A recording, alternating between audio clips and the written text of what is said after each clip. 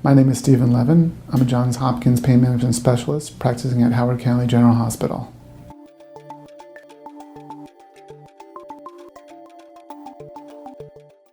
There are multiple different origins of back pain.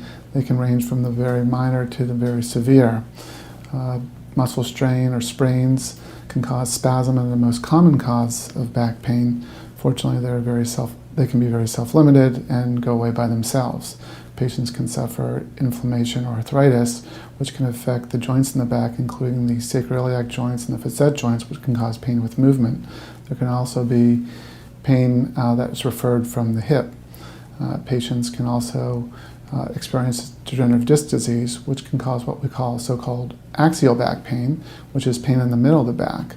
In some cases, those discs can herniate and create what we call sciatica or radiculopathy, and this is a result of pressure from the disc on the nerves in the back.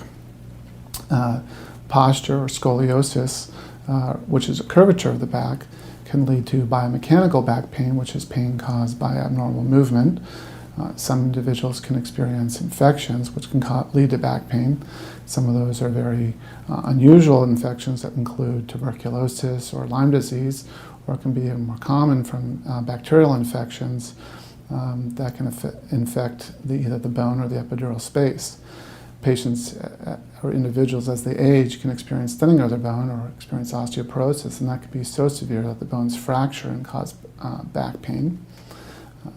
In some cases, patients with kidney, breast, lung, thyroid, and prostate cancers can have their disease spread to the back, and that can also cause back pain.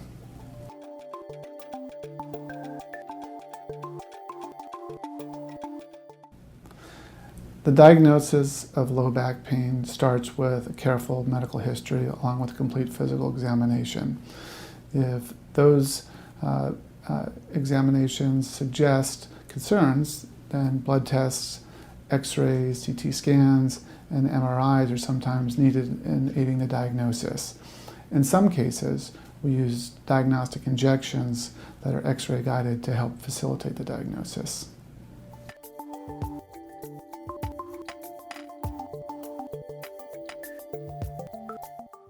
Most people experience back pain in their lives.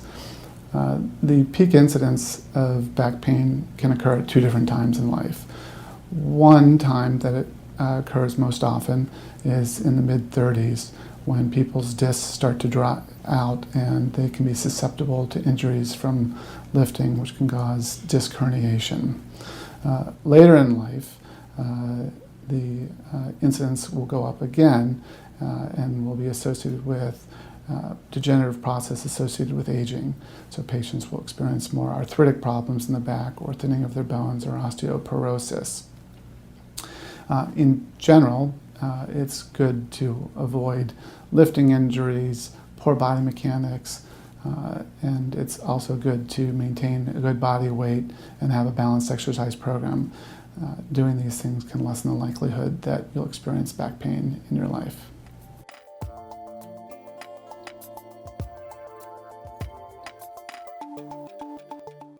Determining the best treatment for back pain can involve the thoughtful application of interventional techniques, medication management, as well as rehabilitative and wellness programs. Our program offers a full spectrum of the most sophisticated medication management, highly specialized interventional pain management techniques, as well as rehabilitative and wellness programs.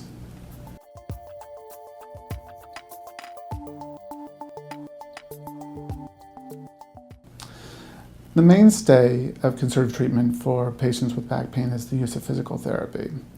It can be also very helpful for individuals to use short courses of non-steroidal anti-inflammatory medications, muscle relaxants, oral steroids, or even in some cases a short course of opioid therapy to facilitate the physical therapy.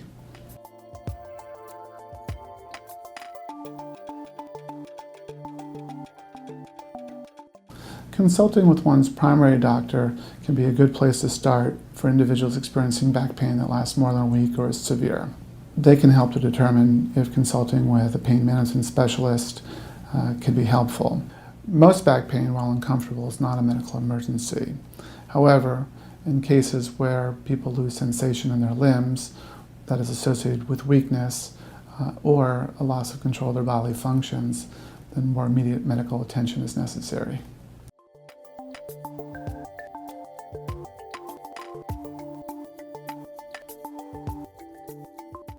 From a pain management perspective, there has been a steady evolution of treatments. There has been steady advancement in highly specialized interventional pain management techniques, including high-frequency neurostimulation. There has been the advent of even more sophisticated medical management options, and there have been the advent of innovative rehabilitation strategies that have been very helpful for individuals.